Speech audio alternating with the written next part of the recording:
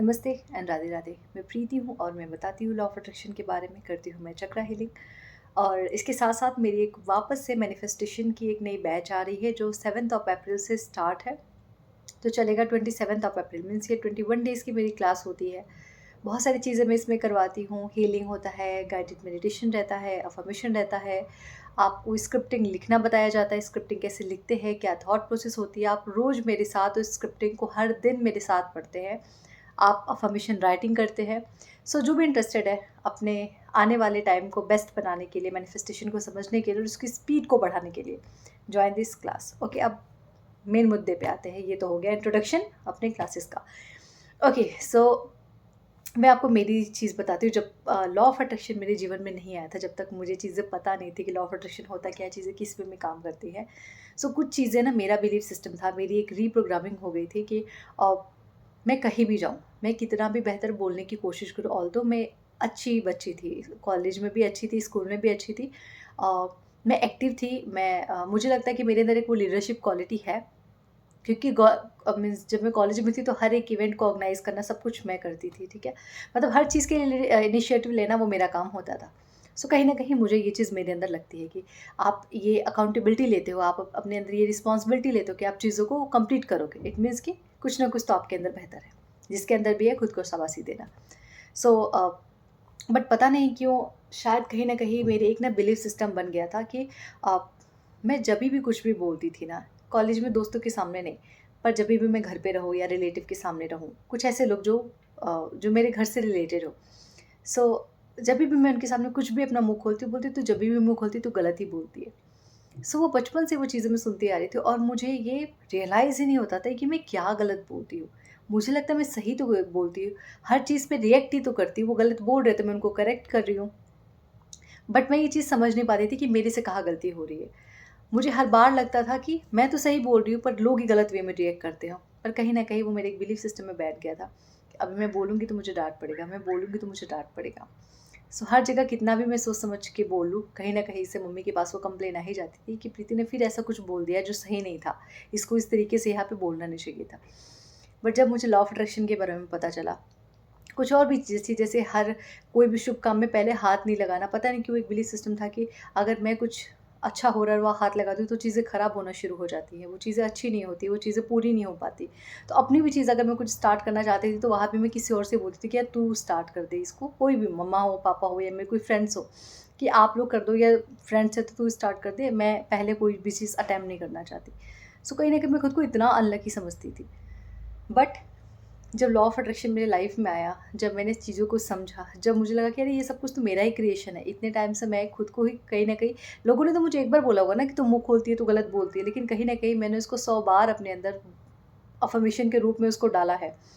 ना चाहते भी मेरी बॉडी ने उस चीज़ को एक्सेप्ट किया है कि येस, मैं जब भी मुँह खोलती हूँ मैं गलत ही बोलती हूँ। सो ऑब्वियस उसका रिज़ल्ट भी आएगा, वो ऐसा ही कुछ आएगा। बट जब से मैंने हीलिंग को समझा, मैंने लॉ ऑफ अट्रैक्शन को समझा, मैंने ग्रैटिट्यूड को समझा, मैंने 2 चीज़ें अपनी लाइफ़ में बहुत अच्छे से अपनाई।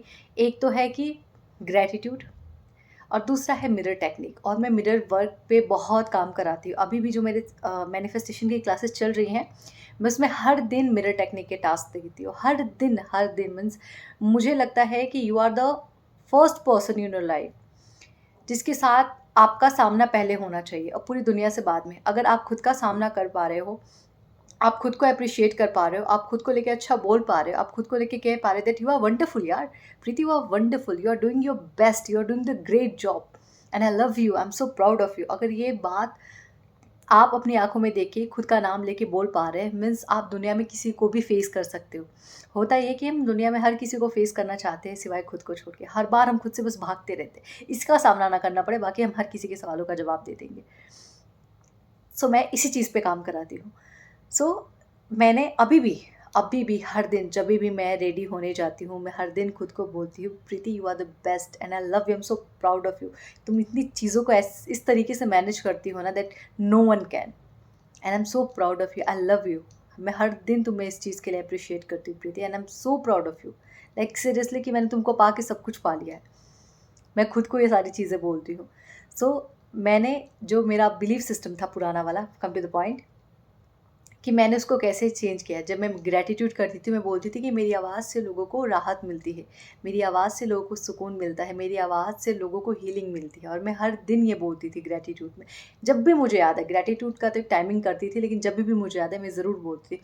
जब मैं मिरर वर्क करती थी, जब मैं रेडी होती थी या रात में सोने से पहले जब मैं अपना स्किन केयर करती हूँ, सब तब भी मैं बोलती थी, प्रीति तेरी आवाज़ में ना सुकून है यार।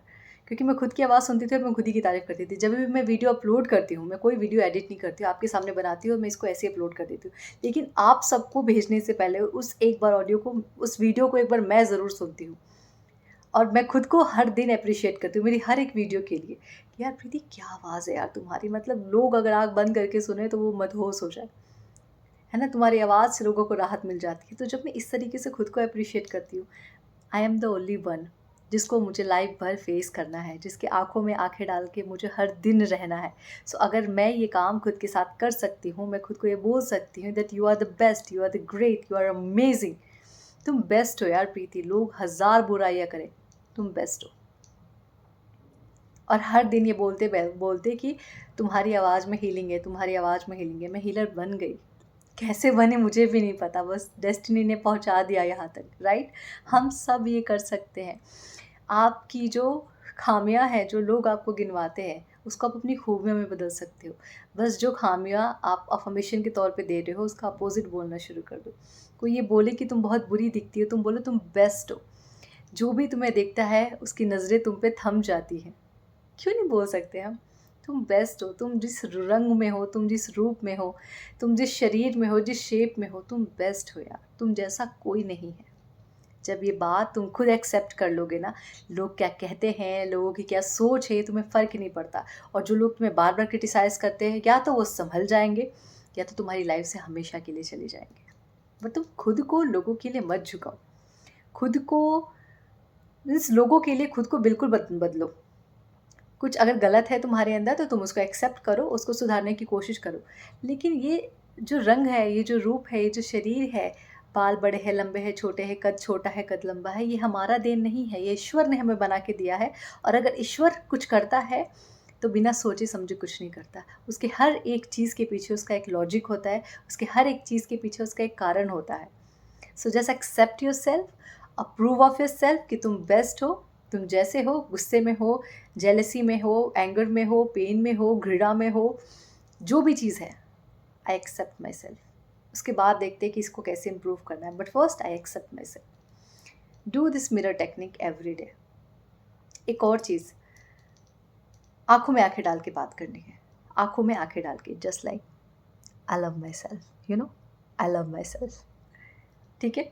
सो भूलना नहीं है, खुद को हर दिन बताना है कि तुम बहुत प्यारे हो, तुम बहुत अच्छे हो, तुम बेहद खूबसूरत हो, और तुम सब कुछ कर सकते हो जो तुम सोच रहे हो।